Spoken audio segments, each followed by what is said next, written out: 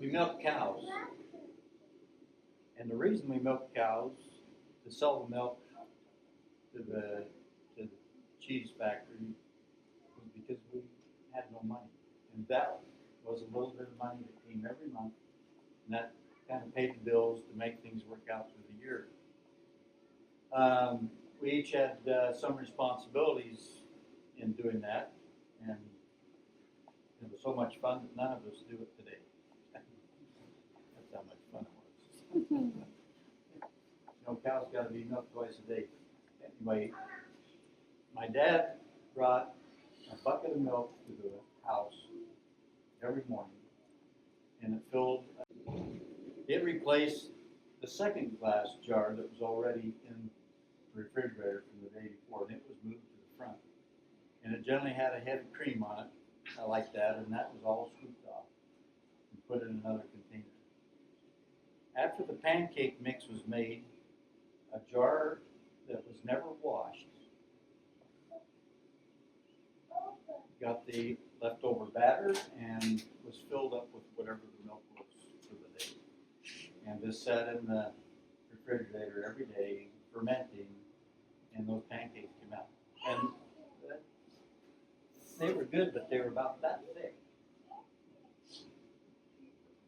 They were really good. About that thick. So that's a prized possession that I had to hide from my siblings not to take. So I got my eye on it. I want something sophisticated like it is today. So then he had the radiation treatments in Boise, and that cancer went into remission. And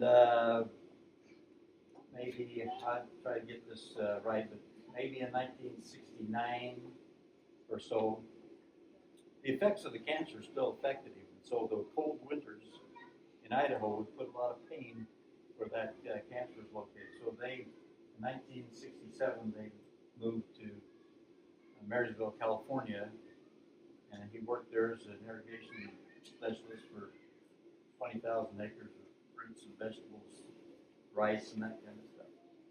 Anyway, he went back to the doctor, and it came back. And so then they said, okay, 1970, we're going to do surgery. So then they took his larynx out, put a permanent tracheotomy in, and so that's the way it was. So he went back to California, and he worked for another year. He did pretty good. Now, he couldn't talk. They taught him to speak by swallowing air, and then you garble the words that come up, and actually it was pretty good. But you have to practice that. Dad wasn't the guy that practiced garbling. So he got it took a toll. So he got sick, and it became apparent what was going to happen. Melissa wasn't born yet, so Janice and I went to see them, and my dad in the hospital. Now we'll see a picture of that in the presentation. You'll see him sitting on the edge of a hospital bed with a hospital gown on. That was only a few weeks before he passed away. So we went there to see him. We lived about 50 miles away. We went there, and when we walked in the hospital room, my dad sat up. He pointed to me. He pointed to the chair and said, "Get that woman a chair."